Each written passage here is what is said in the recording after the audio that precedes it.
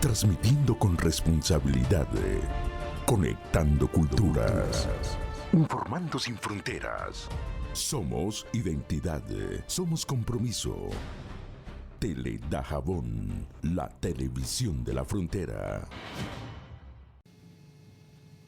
Apreciado público televidente y apreciado público de la plataforma de YouTube y las otras que de manera digital permiten la transmisión de este su programa Cápsula Legal por Teledajabón, el canal Dajabonero, el canal de la frontera. Una entrega más de su espacio de consulta, análisis de temas jurídicos, Cápsula Legal. En el día de hoy tenemos una entrega más de este su programa con el tema las medidas de coerción, tema que siempre está sobre la palestra pública por su importancia en la sociedad. Nos acompaña para tratar el mismo la licenciada Gioconda Solís Grullón, parte de la crema innata de la Sociedad Jurídica Dajabonera, hija de abogados. Estuvo trabajando en el Ministerio Público, luego en la Oficina Nacional de Defensa Pública como abogada adscrita a la jurisdicción de Dajabón y actualmente sigue desempeñándose en ese lugar. Licenciada, buenas tardes. Buenas tardes. Es un placer para nosotros tenerla aquí en Cápsula Legal. Gracias, un placer igual estar con ustedes y poder ofertar un poco de mis conocimientos hacia la sociedad. Para dar inicio al tema tratado, de inmediato vamos a desglosar, explicar, definiendo lo que es o lo que son las medidas de coerción. Licenciada, explique al público que nos ve a través de las diferentes plataformas lo que son las medidas de coerción. Las medidas de coerción no son nada más y nada menos que medidas que toma el legislador para asegurar a la persona imputada a los actos procesales de una investigación. Entonces, de esas medidas se desprenden 7 medidas que el legislador ha establecido para que la persona imputada envuelta en un proceso con la cual se está investigando se presente al proceso y no se sustraiga del mismo. Cuando hablamos de sustracción, ¿qué significa sustraerse al proceso? Sustraerse al proceso significa que se divorcie de él, o sea, es decir, que no se presente a cada una de las etapas de la investigación procesal, o sea, del proceso en tal, y que el mismo se ate al mismo, o sea, se mantenga dentro del proceso, no se vaya a sustraer del mismo. Se fue de Dajabón, se fue del país. Puede ser. Se fugó, ¿eso es sustracción del proceso? Puede ser que no se presente a las diferentes etapas o diferentes audiencias. Que esté en Dajabón, pero no vaya a las audiencias también. Exactamente. Puede ser que esté en Dajabón y por X o Y razón no se presente a las audiencias que se le solicite y presentarse ante el tribunal o ante la fiscalía. Entonces el legislador ha tomado esas medidas para que el imputado se ate, se mantenga dentro de la investigación o dentro del proceso. Entonces, usted decía 7 medidas. Sí, sí. ¿Cuáles son esas 7 medidas? Esas 7 medidas empezamos con la garantía económica que se impone a criterio del tribunal, la presentación periódica que va a ser fijada, ya sea semanal, quincenal, mensual, la obligación de atarse a una persona, o sea, atarse a un garante personal, que sea una persona que se haga garante suyo, de rendir informe cada vez que sea necesario ante el tribunal o la fiscalía, el impedimento de salida, grillete electrónico, arresto domiciliario, prisión preventiva. Que usted, dicho sea de paso, la dejó de último, tal y como está, está establecida en la normativa. ¿Por qué la prisión preventiva está en el último lugar? La prisión preventiva el legislador la pone como último lugar por la excepcionalidad que revisa sobre ello. O sea, es la última opción que el legislador tomó para asegurar al imputado al proceso. Es decir, el legislador estableció, tenemos 7 medidas de coerción, de ella la prisión preventiva, o sea, de manera excepcional se impone la prisión preventiva, no es obligatoria. Jurídicamente, ¿cuáles requisitos deben de darse? Y usted entiende también como experto en la materia, debe de darse para que a una persona se le imponga medida de coerción consistente en prisión preventiva. Bueno, para que se imponga la prisión preventiva a una persona, deben de darse las circunstancias que establece la norma. Y la norma establece, para todas medidas, la norma establece de que haya elementos de prueba suficiente, de que esa persona sea razonablemente culpable autor de los hechos que se le imputa y el peligro de fuga, como ya hemos establecido. El peligro de fuga se basa en que no tenga arraigos en el país o arraigos en la sociedad para atarse al proceso. Entonces el legislador estableció esas circunstancias o esas exigencias para imponer las medidas de coerción. Para la prisión preventiva en específico es que la persona no tenga arraigos suficientes. Y esos arraigos son que no tenga una cédula, que no tenga un arraigo familiar, que no tenga un arraigo social, un arraigo laboral y demás. O sea, cuando una persona no tiene arraigos sociales, cuando no se puede identificar, el legislador impuso o estableció que se debe de imponer la prisión preventiva. No tiene un acta de nacimiento. No tiene un acta de nacimiento establecido y eso además no se puede identificar ni siquiera por su cédula ni por su acta de nacimiento. Exacto, porque si, por ejemplo, Juan Pérez se desapareció, se sustrajo el proceso, como decíamos anteriormente. Pero si Juan Pérez tiene una cédula se está identificando con tantos dígitos y esa cédula está obviamente registrada en los organismos correspondientes, Junta Central Electoral, pues por esa cédula van a identificar a Juan y es posible localizarlo donde esté, si hace registro alguno con esa cédula. Pero si no lo hace, si no tiene cédula, no se puede desaparecer porque no existe. No está registrado, o sea, no existe, no hay un registro de él. La cédula es lo que nos distingue, o sea, la cédula es lo que nos diferencia de usted y de yo. O sea, la cédula es nuestra identidad, es lo que nos distingue de cada uno. Entonces, si no existe una cédula, no se puede identificar de manera cierta y precisa. Entonces, no hay una forma de que se pueda ubicar fácilmente a esa persona. La localización rápida y de manera inmediata. Las actas de nacimiento actualmente vienen con su número de cédula. Por lo tal, una persona desde que nace y se registra en la oficialía, que se le saca su acta de nacimiento, viene con su cédula inscrita. Con su número único. Con su número único, porque eso es lo que le distingue de cada quien. ¿Cuáles otros arraigos, presupuestos, porque se conocen así también, la gente comúnmente se le ha establecido y ya la ciudadanía cuando se le habla jurídicamente de buscar presupuesto, entiende, pero los arraigos son lo mismo. ¿Cuáles otros arraigos, aparte de la cédula, que obviamente es el arraigo 1A, para identificar a una persona, cuáles otros arraigos son necesarios para desvirtuar ese peligro de fuga y tratar de evitar esa posible prisión preventiva en un proceso? Bueno, como defensora pública que pertenece a la Oficina Nacional de Defensoría Pública, yo por sine qua non exijo que en esos arraigos estén la cédula de identidad, que es lo que está identificando a la persona de manera cierta y precisa, la comprobación de domicilio, que es lo que está estableciendo al tribunal o al juzgador de que hay un domicilio real y efectivo, el arraigo familiar, el arraigo social mediante un garante personal que ya hemos establecido, que es una de las exigencias que establece el código, de que haya una persona que se haga garante suyo, el arraigo económico, de que, o sea, sus ingresos económicos mediante su arraigo laboral de domicilio y su arraigo, ¿qué arraigo lo ata a este país? O sea, ¿qué usted tiene aquí? Como requisito fin, 5.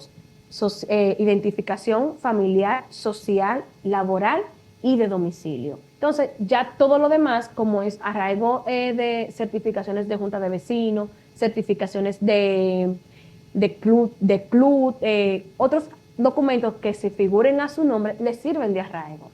Pero yo tengo como exigencia que siempre deben de estar para establecer el tribunal, son esos 5 arraigos principales que ya he establecido. Pero todo lo que esté en su nombre le sirve de arraigos. Exacto, de manera sencilla. Exacto. Todo lo que tenga nombre suyo. Y siempre y cuando le favorezca, estableciendo que, bueno, si usted tiene un domicilio, que es la casa donde usted vive, exacto, es el lugar donde el tribunal lo va a requerir. Es su arraigo de domicilio. Y lo va a solicitar. Exactamente. Y la carta de trabajo, obviamente, con eso también es un domicilio donde usted... De su arraigo laboral y su arraigo económico. Incluso yo siempre he establecido lo siguiente. El arresto domiciliario es la única medida privativa de libertad que se puede combinar con otras medidas de coerción menos gravosas, exceptuando la prisión preventiva.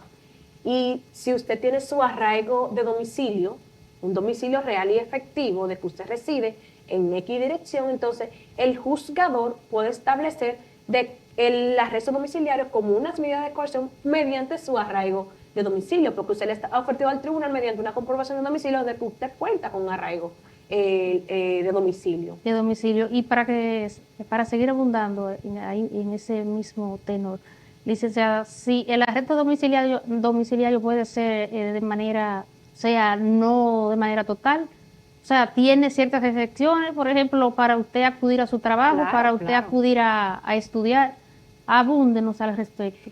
El arraigo de domicilio, respecto a eso, es para que usted se mantenga guardando prisión en su casa, para así decirlo de manera llana y precisa. Usted está en su casa guardando prisión, para no establecerle que tú te guardas una prisión en un centro carcelario, para así decirlo. Pero usted no puede salir del radio. No puede salir del radio, obviamente, pero tiene sus excepciones. Usted puede ir a trabajar, como estudiar, si está estudiando, que es un arraigo, si usted presenta al tribunal de que usted estudie en la universidad o en la escuela, eso es un arraigo educativo. Entonces, tiene sus excepciones, como para presentarse a firmar si el juzgador le impone una presentación periódica. Entonces, la prisión domiciliaria, el arresto domiciliario, tiene sus excepciones. Para usted trabajar, se ha ofertado al tribunal de que trabaja, para usted estudiar, para usted ir a firmar, para presentarse ante el tribunal y firmar ante la fiscalía y cumplir esas exigencias que el legislador, el juzgador, le ha establecido. Tiene sus excepciones, claro que sí. No es que va a ir a la discoteca, ni a esos sitios, pero sí puede ir a trabajar y a estudiar. Y que va a ser un uso abusivo de, Claro. esa libertad semi-libertad que tiene. Semi-libertad, claro. Que tiene, porque si mañana usted aparece en un sitio público y El fiscal le va a solicitar al tribunal que revoque esa situación porque usted está incumpliendo con lo que se le impuso. Ahora, si usted demuestra, no, porque yo estaba en el médico, por ejemplo, que como hay un derecho fundamental que es el derecho a la salud, si usted se pone malo y usted está bien en su casa, usted se va a ir al médico, pero no haciendo un uso abusivo que yo estaba en la clínica y no hay un certificado médico que dé constancia de que usted estaba en la clínica cuando el Ministerio Público no tenía conocimiento de esa situación y usted está bajo arresto domiciliario. Que si usted tenía permiso para estudiar, inmediatamente usted sale de la casa de estudio, usted debe acudir a su casa porque usted no es para estar fuera de su casa, es para arresto domiciliario, pero en su propio domicilio. Claro que sí, o sea, el arresto domiciliario tiene sus exigencias. Usted va a estar en su casa, pero con sus excepciones. Usted puede ir a trabajar, puede ir a estudiar. Si por alguna de aquellas razones se le presenta una emergencia de salud, que es un derecho fundamental que se le garantiza a usted, aún siendo imputado, usted obviamente tiene que presentarse a un centro de salud y puede probar de que usted estaba en un centro de salud mediante el certificado médico que le otorgaron en ese momento. O sea, no es que va a ser un uso abusivo de ese beneficio que el juzgador le ha impuesto a usted. Y del derecho a la salud que tiene. Ahora, exactamente. Cuando usted no lo pueda comprobar, pues obviamente usted está en problema y con la justicia. Y para seguir en ese orden, que hablamos, la variación de la medida, entonces, ¿cómo procede y cuándo procede solicitar la variación de la medida? Hablando de variación de medida, que estamos hablando, entramos ahora a prisión preventiva y arresto domiciliario. Si una persona incumple con el arresto domiciliario, esa variación de medida, ¿cómo se da o sea, de qué manera? Bueno, si una persona incumple con el arresto domiciliario, porque se fue, vamos a hacer para la discoteca, y el fiscal que lleva la investigación o el Ministerio Público que lleva la investigación tiene prueba de que ciertamente está violentando lo que es el arresto domiciliario. Le mandaron una foto, un le video, mandaron una foto, un video de hora y lugar donde usted lo vio un testigo. El fiscal, el investigador, la parte acusadora, puede solicitarle al tribunal, al juez, que revoque esa prisión, ese arresto domiciliario porque lo está incumpliendo, o sea, no está siendo fiel a lo que se le impuso. Entonces, mediante una solicitud de revisión de medida de coerción que le hace la parte acusadora, le solicita al juez que se revoque esa solicitud porque el imputado la está incumpliendo. Lo mismo pasa con la prisión preventiva. Cuando estamos en prisión preventiva y ya han variado los fundamentos que el juez impuso para la misma, entonces a petición de las partes, ya sea el abogado o el mismo imputado a través de su abogado, puede solicitar la variación de esa medida de coerción porque entiende que ya han variado los fundamentos.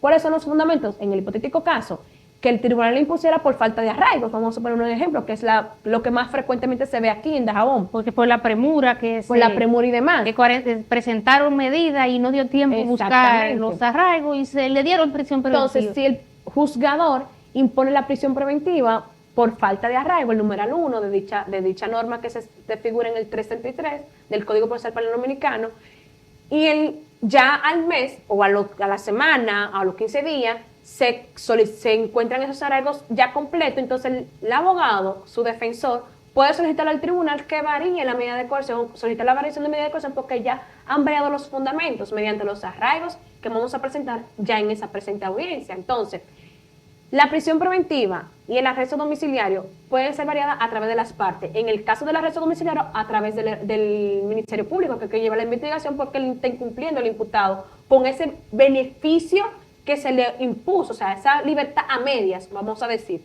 Y la prisión preventiva, respecto a la parte, a la defensa técnica a través de su imputado.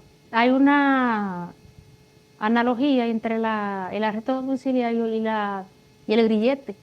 Ajá. Porque, y aclarar a los amigos televidentes que aunque el grillete no es tan común en nuestro país, sí es una medida legal porque está establecida en la normativa. Y bueno, el año pasado nos consta de un caso que en la jurisdicción de Dajabón fue impuesto grillete. El grillete. Ya en el país es más abundante a nivel de Santo Domingo, en otro caso de más envergadura y de otros imputados con arraigo suficiente para una economía mucho más factible para la compra del grillete, porque el mismo cuesta una suma elevada de dinero. Pero sí, el grillete es rara vez impuesto, pero sí es una medida legal y aprobada en nuestra normativa, y de hecho repetimos, en Dajabón, la jurisdicción de Distrito Judicial de 2025, a mediados de mitad de año aproximadamente, junio-julio, fue impuesto un grillete. Y entonces decíamos en esa tesitura que el grillete y el arresto domiciliario tienen una analogía.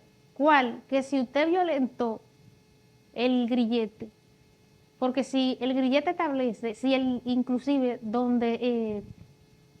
grillete, que es un GPS que lo va a monitorear, establece y su impedimento de salida dice que del radio de la provincia de Dajabón, inmediatamente usted salga del límite fronterizo de la provincia de Dajabón, pues ya usted va a tener problemas con ese monitoreo.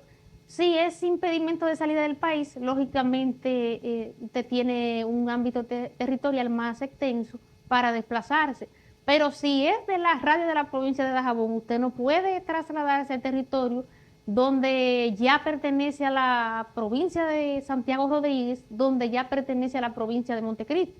Hemos visto inclusive que en esta jurisdicción es común imponer impedimento de salida del radio de la provincia, tanto de Montecristi como de Dajabón, cuando se trata de imputados que son de la provincia de Montecristi, por ejemplo. El impedimento de salida del país, o sea, con excepción de la provincia de Dajabón y de Montecristi, porque si usted reside en Montecristi, pero su proceso se está conociendo en Dajabón, usted, lógicamente, tiene que trasladarse a Dajabón, pero trabaja en Montecristi. Y por eso el juez ya le permite, como es algo también que lo controla, está la discrecionalidad del juzgador del tribunal. Entonces los tribunales han impuesto esta medida de que usted puede trasladarse de manera excepcional tanto en Montecristi como en Dajabón, ya para no establecer el impedimento, pero sí tiene impedimento de trasladarse a las demás provincias del país.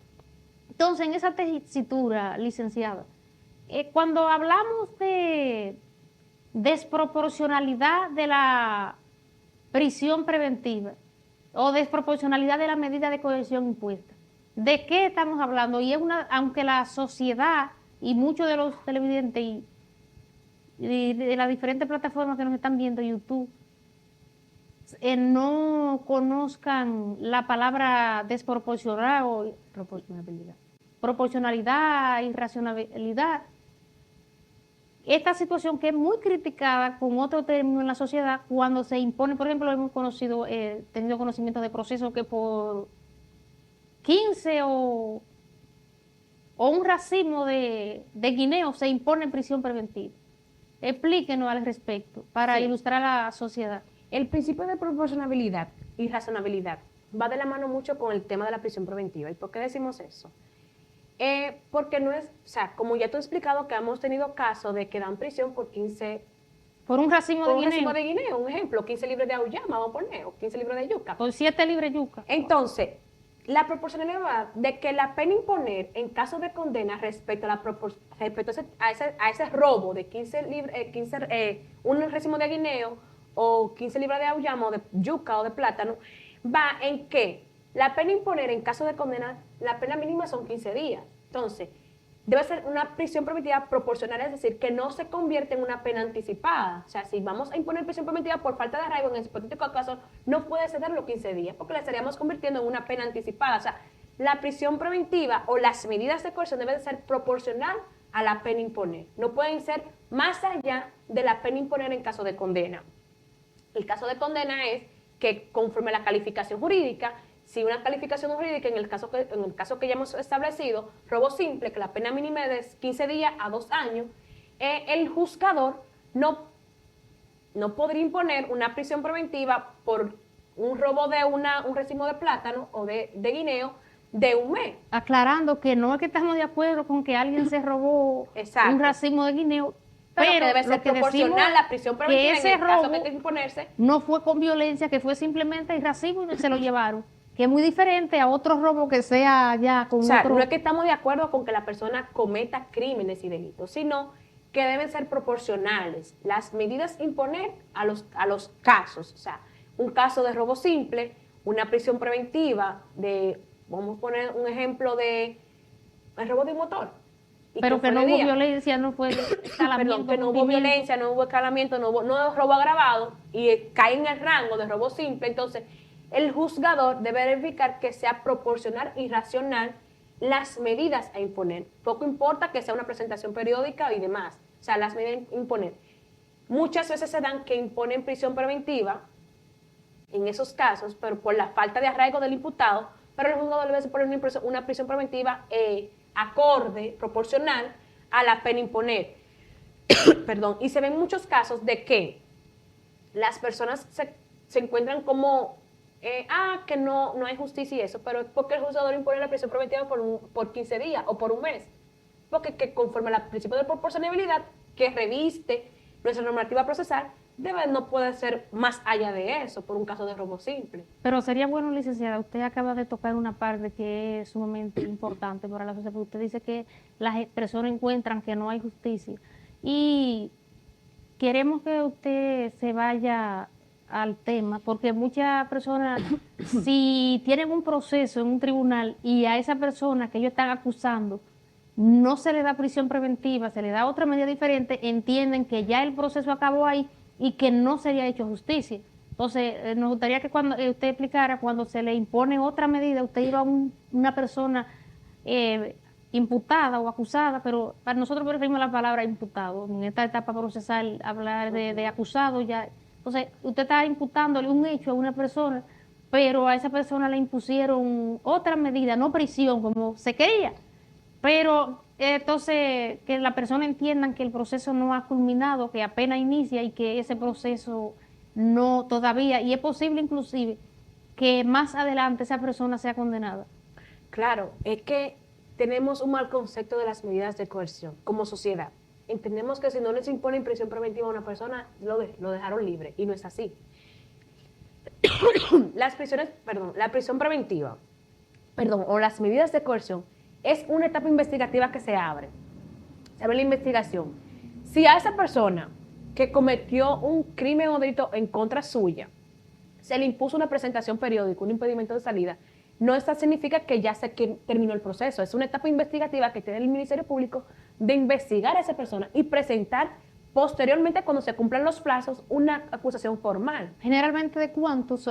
¿Cuál es el tiempo de imposición de una medida de coerción que sea diferente de la prisión preventiva? Bueno, el tiempo para una medida de coerción diferente a la prisión preventiva son 6 meses. Para investigar. Para investigar, son 6 meses. Cuando se investiga y se tiene, o sea, el Ministerio Público como órgano de persecución del Estado tiene ya un dictamen fundamentado después de esos 6 meses, ¿qué sucede? Okay. Es decir, la persona, yo estoy investigando a esta persona por este hecho y yo cuento con esas pruebas por ahora. es para que se abra el plazo al Ministerio Público de investigar a esa persona. Es decir, míreme, tribunal, ábrame la investigación para yo poder investigar a esa persona porque tengo esta denuncia y tengo estas pruebas por ahora. Entonces, cuando se le abre el plazo de los 6 meses por la presentación periódica, impedimento de salida y demás, el Ministerio Público, que es la parte acusadora que lleva la investigación, tiene ese plazo para investigar a esa persona y presentar posteriormente ya las pruebas finales que recogió en esa investigación.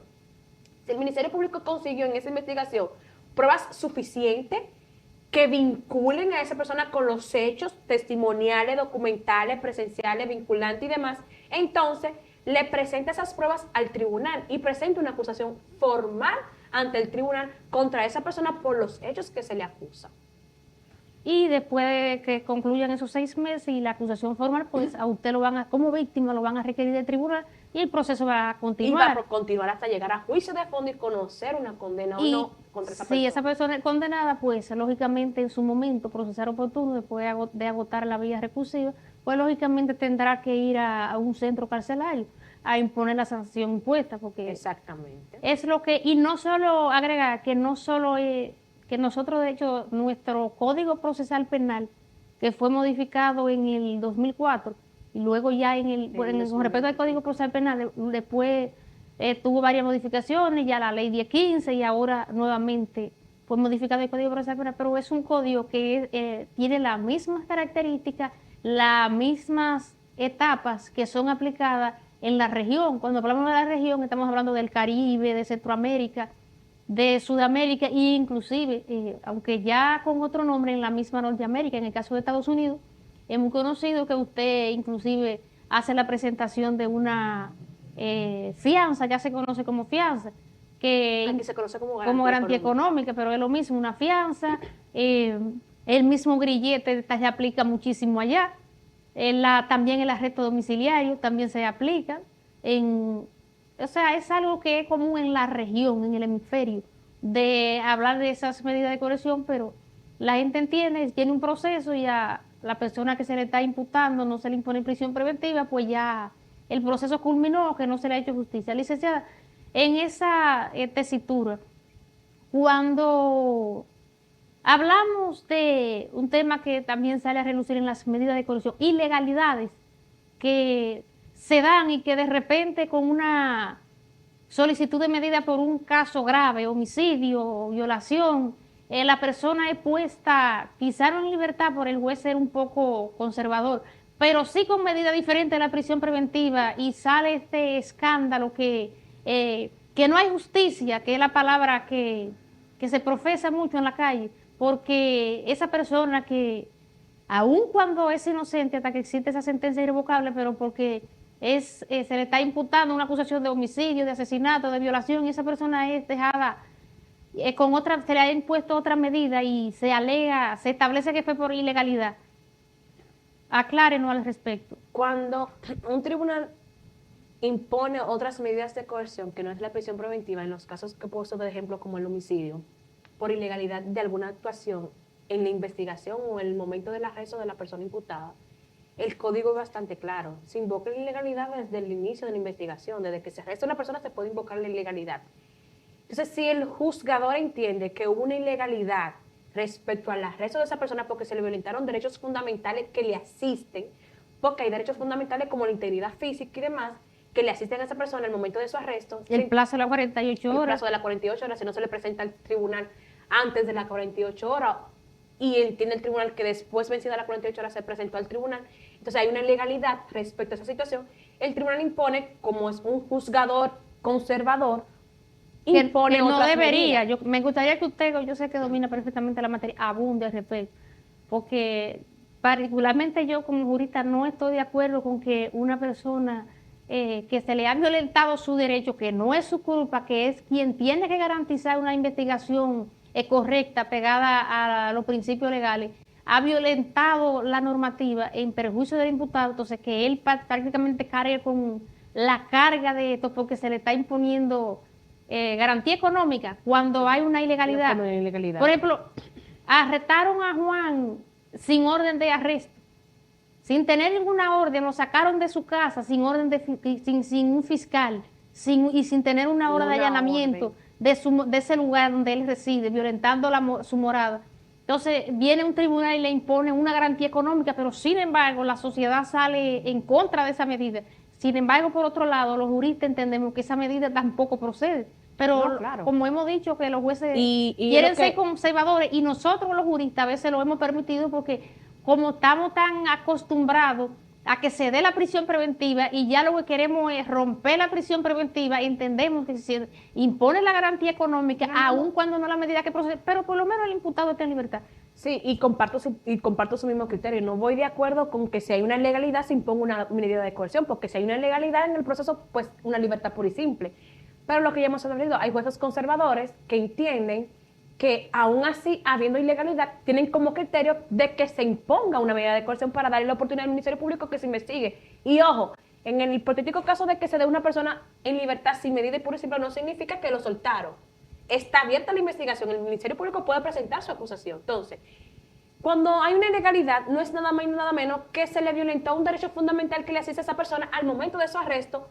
Y como en el caso que usted puso del ejemplo, que el fiscal o el policía entró a la casa No sin tenía una orden motivada por un juez. O entraron los policías sin un ministerio público. Sin un ministerio público, entonces hay una ilegalidad. O sea, ese arresto es ilegal Y arbitrario. yo no tuve la culpa de que me sacaran de mi casa, porque si hubiesen entrado con un ministerio, Con un público, ministerio público, con una con orden una de un orden. juez, pues lógicamente yo voy a pagar por mis hechos, pero esa no es mi culpa de que no hicieran lo que dice la normativa. Exactamente. Entonces, hay jueces conservadores de que a pesar de que se le invoquen esa ilegalidad y que se le pruebe de que ciertamente hubo una ilegalidad, entienden y tienen como criterio que se imponga una medida de coerción, ya sea una de las menos gravosas.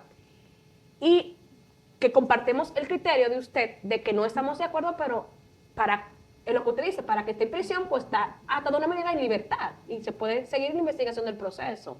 Que no estamos de acuerdo los juristas, pero lo aceptamos porque como siempre lo que se quiere es romper Y la prisión preventiva, y que no se violente ese estatuto de libertad que prevalece ante toda medida restrictiva de libertad, pues con una presentación periódica estamos bien, o sea, estamos contentos, porque no está preso el imputado. Y vuelvo a hablar sobre el mismo tema, para que yo sé que nos van a ver.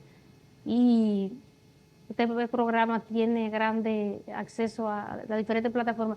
A los jueces de la instrucción o de las diferentes etapas, porque la medida puede ser revisada ante cualquier tribunal. Si es un tribunal de fondo que está conociendo el proceso, pues puede ser revisada o solicitado un cese de medida, que tiene cierta analogía con la revisión de la medida.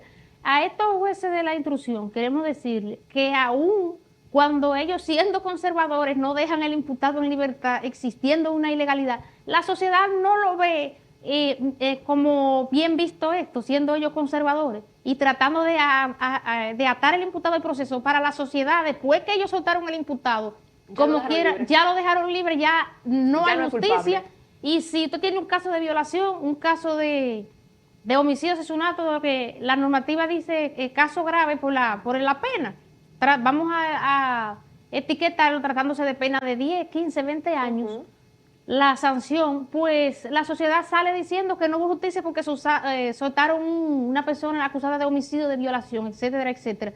La sociedad no ve el estado el punto de jueces conservadores que aun cuando procedía a la libertad sin imposición de ninguna medida de coerción por la violación de estos derechos fundamentales, pues lógicamente la sociedad lo ve así. Sin embargo, los jueces, siendo conservadores, que les respetamos su criterio, pero no estamos de acuerdo con él porque entendemos que una ilegalidad es una ilegalidad y no hay convalidación de violación de derechos fundamentales. De hecho, vamos a establecer que inclusive la regla Miranda, que es lo mismo que está establecido en nuestra normativa procesal penal, decíamos anteriormente que nuestro código fue adoptado. Entonces, la regla Miranda, que son los mismos derechos que se le lean a los imputados, esa regla Miranda dio origen en Estados Unidos por una violación de derechos de un imputado que había sido condenado en un proceso donde no se le había garantizado el debido proceso, la tutela judicial efectiva, y donde ese imputado se fue sometido a interrogatorio de manera arbitraria. De manera arbitraria, torturándolo sin un abogado que... Entonces, Por esa situación se estableció, y allá se conoce como regla Miranda, porque el imputado era apellido Miranda, y después de estar condenado, entonces revocaron esa decisión porque no se le leyeron su cartilla de derechos. Su cartilla de derechos y fue sometido a interrogatorio de manera arbitraria. Hay derechos que se le abran a la persona imputada desde el inicio, desde que se arresta. O sea, la regla Miranda se desprende de eso mismo, como te establecía. Que el momento del arresto tiene esa persona de que leerle su cartilla de derechos, que es lo que se habla de la regla Miranda. Usted tiene derecho a un abogado, usted tiene derecho a no autoincriminarse, usted tiene derecho a una serie de derechos que se le dan, claro, porque no son limitativos. O sea, el hecho que usted se arresta no significa que usted se le cohibió de sus derechos. Claro, porque si usted le dice como agente que ejecuta una orden de arresto, mire, tiene derecho a guardar silencio. Ya el imputado sabe que eso si él quiere... Si él quiere habla, si no, si él quiere habla, si quiere no habla. Y que todo lo que diga va a ser en su contra. Y que tiene derecho a un abogado. Ah, pues mira, pues a mí no me están, independientemente de que yo cometa un hecho, no me llevan como cañas para el ingenio. Déjame comunicarme con un abogado. Que de hecho hay aunque lo establece el Código Procesal Penal, hay una ley especial que estableció en la República Dominicana el derecho a la llamada, que es un aspecto sumamente importante. Está establecido en la Constitución de la República, en el Código Procesal Penal, y una ley especial también que lo recoge, el derecho a la llamada, que todo ciudadano que sea sometido a proceso y sea detenido, que puede exigir de manera categórica el derecho a esa llamada a un familiar, a la persona que entienda, pero que ese derecho a esa llamada que está establecido incluso en los tratados internacionales ratificados por el Estado Dominicano, el derecho a la llamada para que otra persona tenga conocimiento de que usted está detenido y pueda hacer la diligencia, los trámites del lugar. Exactamente, porque el derecho a la llamada, cuando usted lo arresta, usted tiene derecho a llamar a esa persona para usted informarle, me arrestaron estoy detenido y voy a estar en tal sitio. En tal destacamento. Entonces, también uno de los derechos que se abren en la cartilla de derechos es que la persona que arresta al imputado, vamos a suponer, se identifique. Si esa persona no se identifica de manera precisa, entonces se está violentando un derecho fundamental que se encuentra en las garantías mínimas del debido proceso. Sí, porque yo puedo asumir que la persona que me está arrestando me está secuestrando. Exactamente. Ahora, si usted se mide, porque no necesariamente me identifiqué, yo soy fulano de tal, y tengo una orden contra usted por tal situación, entonces procedo a ejecutarla, pero tengo que identificarme, decir quién yo soy y a qué voy y por qué lo estoy haciendo. ¿Bajo qué fundamento legal? Exactamente. Y luego leer los derechos que ya habíamos enunciado anteriormente que le corresponde. Después vamos a hablar un poquito porque hablamos de revisión y tocamos de manera somera lo que es el cese de la medida de coerción. Apelación de medida de coerción. Las apelaciones de medida de coerción es un tema que usamos mucho. ¿Y usamos mucho por qué?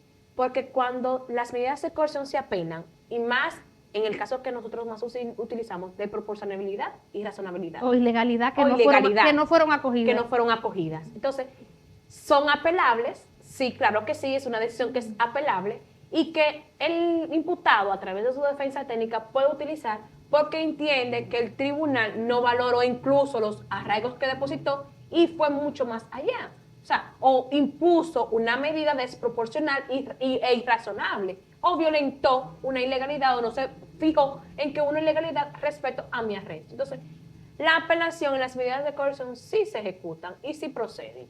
Porque si entiendo que me impusieron una prisión preventiva y fue desproporcional, o no se verificó que ciertamente hubo una ilegalidad, yo puedo ir a un tribunal de alzada, como es la Corte de Apelación, y establecer al tribunal que revise la decisión de ese tribunal y que imponga a él una nueva medida.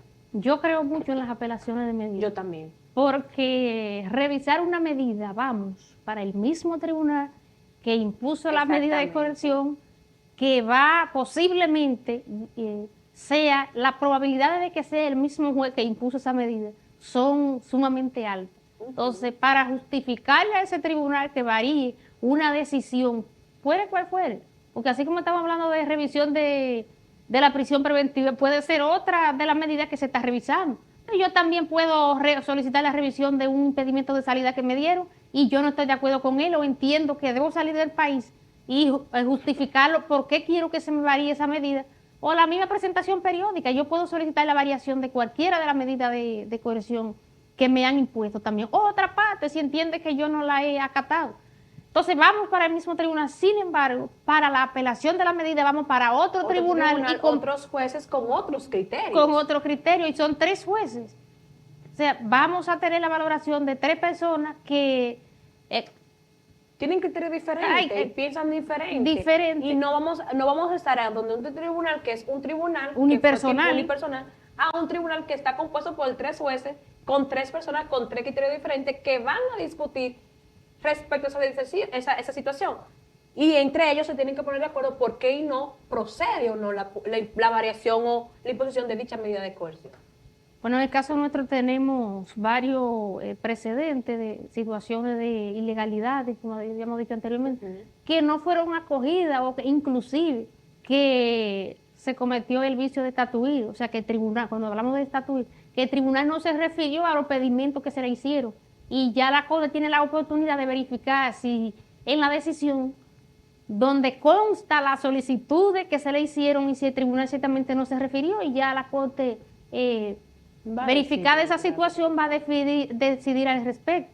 Entonces yo creo enormemente en las apelaciones de la medida de coerción, más que en la revisión, a menos que no sea procesalmente hablando, que se trate de un proceso donde fue por falta de arraigo y por la rapidez del proceso no se depositaron todos los arraigos en cuestión y que entendió el tribunal que porque le faltó un ejemplo el arraigo laboral, impuso la prisión preventiva. Y si mañana yo vengo con ese arraigo laboral, pues ¿para qué apelar si con ese arraigo laboral a ese juzgador le voy a decir, mire magistrado, yo tengo el arraigo laboral por el cual se me impuso la prisión preventiva, vamos a variarla? Y procede la variación de medida de coerción, porque fue por ese fundamento. Licenciada, con respecto, ¿usted cree que, aunque la normativa establece 7 medidas, es obligatorio dejar sujeto al imputado a medida de coerción? Yo entiendo que no. Le hago la pregunta porque anteriormente, en el Código Procesal Penal, el Código del 2004, hasta la modificación que incluye la Ley 1015, establecía que la simple promesa del imputado de someterse a los actos de proceso era suficiente para que el tribunal dejara al imputado sin imposición de una de las 7 medidas que hemos referido. Sin embargo, algunos jueces y hasta tratadistas de la materia han entendido que porque la Ley 1015 no recogió este párrafo, pues que ya esto ata al tribunal a imponer una de las 7 medidas. Yo entiendo que no, porque si yo tengo como Ministerio Público, ya yo tengo mi investigación y soy investigando a una persona, yo puedo presentar una acusación formal en contra de esa persona y decirle al tribunal, mire, yo estoy presentando esta acusación formal y él mismo puede llevar su proceso en libertad. O sea, no estoy de acuerdo con que obligatoriamente se le imponga una prisión preventiva a una persona para darle un plazo al Ministerio Público de 3 meses, 6 meses a que investigue. Porque puede hacer que el Ministerio Público tenga la investigación completa y como ha pasado en muchos casos, que el Ministerio Público viene y solicita prisión preventiva o alguna medida de coerción respecto a un proceso y ya a los 15 días tiene presentada su acusación formal. O la presenta a los 6 meses con las mismas pruebas que presentó la medida de coerción. Entonces, ¿para qué hacer ese gasto al Estado? Porque estamos cometiendo un gasto al Estado. Si yo tengo las mismas pruebas que voy a presentar en la medida de coerción, la voy a presentar en la acusación formal. Entonces, me voy directamente a la acusación formal en contra de esa persona. Y no tengo que cargar al Estado con una medida de coerción. Exacto, porque dicho sea de paso, hemos visto muy pocos casos donde el Ministerio Público ha solicitado prórroga para la presentación de la acusación, que el legislador sabiamente ha establecido, bueno, pues si tú como Ministerio Público en un caso complejo o en ciertos casos, ciertas pruebas que están en un lugar o en una institución que se requiere cierto protocolo para obtener esa prueba, no la tiene al momento de vencerse su plazo para presentación de acusación, tú puedes solicitar prórroga. Exacto. Sin embargo, muy pocos casos hemos visto donde... Sí, muy pocos casos de que el Ministerio Público no concluye su investigación en el tiempo establecido y que solicita prórroga. En las jurisdicciones de Jamón son muy pocos. Entonces... Bueno, yo he litigado en jurisdicciones grandes y también yo no conozco más de 5 casos a nivel nacional donde se haya solicitado prórroga para la presentación de la acusación. Si ya el Ministerio Público, yo entiendo que las medidas de coerción, sí, a veces son necesarias, a veces no. Tiene su investigación ya realizada o la puede realizar en un tiempo, pues presenta su acusación formal directamente y establecerle a esa persona de que no se puede sustraer el proceso, o sea, de que tiene que apegarse. E incluso, me voy más lejos, en la acusación se puede establecer una medida de coerción o variar la misma si se encuentra atado a una medida de coerción. Claro. Bueno, licenciada, hemos llegado a la parte final de esta entrega de cápsula legal.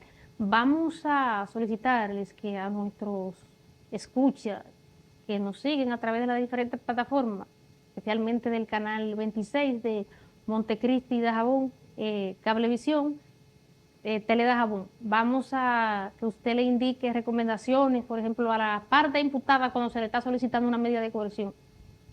¿Qué debe hacer una parte cuando se le está solicitando medida de coerción? Mayormente el imputado, que es quien tiene la carga. Claro, cuando se está conociendo una medida de coerción, usted lo que tiene que conversar con su defensor, establecerle todos los arraigos que usted tiene en su beneficio, que pueda utilizar él para el conocimiento de la medida de coerción, porque, ojo, la finalidad de las medidas de coerción es atarlo a usted al proceso, no así de que usted es culpable o no. Aquí no se va a verificar esa situación. Aquí lo que se va a verificar es que usted se ate al proceso. Entonces, decirle a su defensor, yo cuento con esto, y poner en contacto a su defensor con su familiar directo que le pueda ayudar a preparar sus arraigos. Decirle la verdad del inicio, decirle si usted o no, todo lo que puede utilizar ese defensor en su defensa. Si tiene pruebas para que la vaya... Si tiene pruebas, todo eso se puede utilizar. Exacto. No conversar sobre el caso con nadie que no sea su abogado. Que no sea su abogado. No da declaraciones a nadie. No da declaraciones con otra persona que no sea su abogado. Tener un comportamiento adecuado. No tener un comportamiento denigrante contra la víctima, en el caso si hay una víctima física o presencial, que muchas veces hay imputados que miran mal a las víctimas. Entonces, tener un comportamiento adecuado, comunicación efectiva con su abogado, presentar un comportamiento ante el tribunal que usted realmente quiere que se solucione esa situación, de que usted está dispuesto a que se solucione esa investigación, de que usted está dispuesto a que se investigue respecto al caso que se le está ocupando. Sabemos que es difícil, más cuando usted es inocente y está pesando una imputación sobre usted, sobre algo que usted no ha realizado, pero hay que mantener la calma porque el tribunal está evaluando a sí mismo como un profesor evalúa a su alumno. El tribunal está evaluando desde que usted llegó al tribunal, desde que se sentó en el tribunal, el juez está allá arriba, pero tiene un ojo visor mirando su comportamiento. Y si usted, es difícil, por eso decimos, porque usted siendo inocente, pero mantenga la calma, déjelo todo primero en manos de Dios y ya en su defensa, judicialmente hablando, en manos de su abogado, porque cualquier actitud suya, comportamiento, el tribunal lo puede tomar en su contra. Recomendaciones para la víctima. Recomendaciones para la víctima. Para la víctima le recomendamos lo mismo. Al imputado, tranquilidad. Dejar el proceso en manos Dejar el proceso en manos de sus abogados o del Ministerio Público que lleva la investigación. Muchas veces creemos que somos los mejores defensores, independientemente de que sí, que somos nosotros nuestra mejor defensa, pero quienes conocen la técnica de litigación son los abogados y el Ministerio Público, lamentablemente. Déjame una recomendación a las víctimas, porque como jurista en la materia y nos ha pasado, lo decimos por experiencia, pero en sentido general, de que las víctimas, con todo su respeto, porque son las personas que han acudido a los tribunales porque entienden que están buscando justicia y que alguien le ha violentado un derecho, y es todo su derecho, están en todo su derecho, pero ven al abogado como el malo de la película. Démele una recomendación con ese sentido, pues yo sé que a usted le ha pasado donde la víctima la ven como la malita. Sí, no, ¿verdad? Nosotros no tenemos ningún tema personal, simplemente garantizamos derecho de que se lleve un proceso apegado a los principios y normas que presenta el Código Procesal Penal Dominicano. Y la víctima que no somos su enemigo, o sea, estamos defendiendo derechos, así como el Ministerio Público defiende sus derechos, no somos... es nuestro trabajo. Es nuestro trabajo, cada quien en el tribunal tiene su rol, así como el juez tiene el rol de imponer, el fiscal de acusar, la defensa obligatoriamente de defender a esa persona que también le existe derecho. Y todo el mundo tiene derecho. Todo el mundo tiene derecho. La víctima, entendemos su postura, le han violentado un derecho y, ojo, a mí no me gustaría que me violenten un derecho, o sea, entonces, sino llevar una fiesta en paz, aunque sí decir, con el Ministerio Público, dejar al Ministerio Público hacer su trabajo.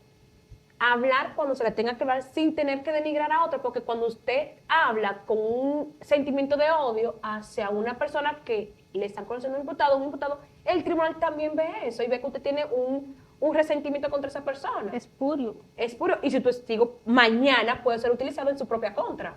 Exacto. Y una estrategia que siempre he utilizado en mi estrategia de defensa, si el papel del abogado es acreditar a la víctima, y si usted se aceleró y se incomodó con con un incidente, algo que está presentando el abogado, posiblemente usted alterado cometa errores en su declaración que le van a afectar Que le van a víctima. afectar como Entonces, víctima y van a favorecer al imputado. independientemente que nosotros los abogados somos inquietos, pero es nuestro papel, a veces nos aprovechamos de esas situaciones. Bueno, aprovechen, le estamos diciendo aquí en cámara, porque el tribunal no van a contar con esa situación de que uno en nuestro papel de defensa le va a Yo ver. siempre le he dicho a mis imputados, no vea a esa víctima, porque Déjelo. si la viste y se te revolteó, quizá te ayude y quizá no te ayude. Y quizá no te ayude. Entonces es un arma de doble filo. Entonces cuando usted ve un abogado penalista, que son los más acalorados, cuando usted ve un abogado diciendo algo y le está perjudicando como víctima, estése tranquilo. Respire profundo. Respire profundo, porque si usted se concentró en eso, posiblemente esa es la estrategia del abogado, llevarlo a ese terreno donde usted, de manera lebrecada, comete error en su declaración. Aunque los ministerios públicos lo hacen, por su trabajo de tranquilizar a su víctima, pero muchas veces ellos no se dejan, así como los imputados muchas veces no se dejan asesorar de la... Es que, mire, dice, en técnicas de litigación, la función del abogado defensor del imputado es desacreditar a la víctima, o sea, desacreditar la acusación del Ministerio Público. En cualquier país del mundo. Sacar de su zona de confort a esa víctima, al igual que el papel del Ministerio Público, que es llevar la investigación en contra del imputado, es que contrarrestar y desarticular la defensa de ese imputado. Entonces, ambos en el estrado son archienemigos. Entonces, cada quien funciona un rol. La función del Ministerio Público es descartar esa defensa técnica del imputado. Y defender su víctima. Y defender su víctima hasta allá. Igual que el defensor es atacar y desacreditar a la víctima en la acusación del Ministerio Público para establecer y dejar bien parado a su asistido, en el caso del Ministerio Público. Entonces, cada quien lleva su rol. No es nada personal, es un tema de técnicas de litigación que el código prevé y que lo establece para que cada quien lleve y haga una defensa justa a cada quien de los actores que le ayude o le asiste. Y en una entrega más de Cápsula Legal con la licenciada Isel de León por Tele Dajabón, el canal de la Frontera. Nos acompañó en el día de hoy la licenciada Gioconda Solís Grullón, abogada de la defensa pública de este distrito judicial de Dajabón. Hasta una próxima Cápsula Legal. Transmitiendo con responsabilidad, conectando culturas, informando sin fronteras. Somos identidad, somos compromiso. Tele Dajabón, la televisión de la frontera.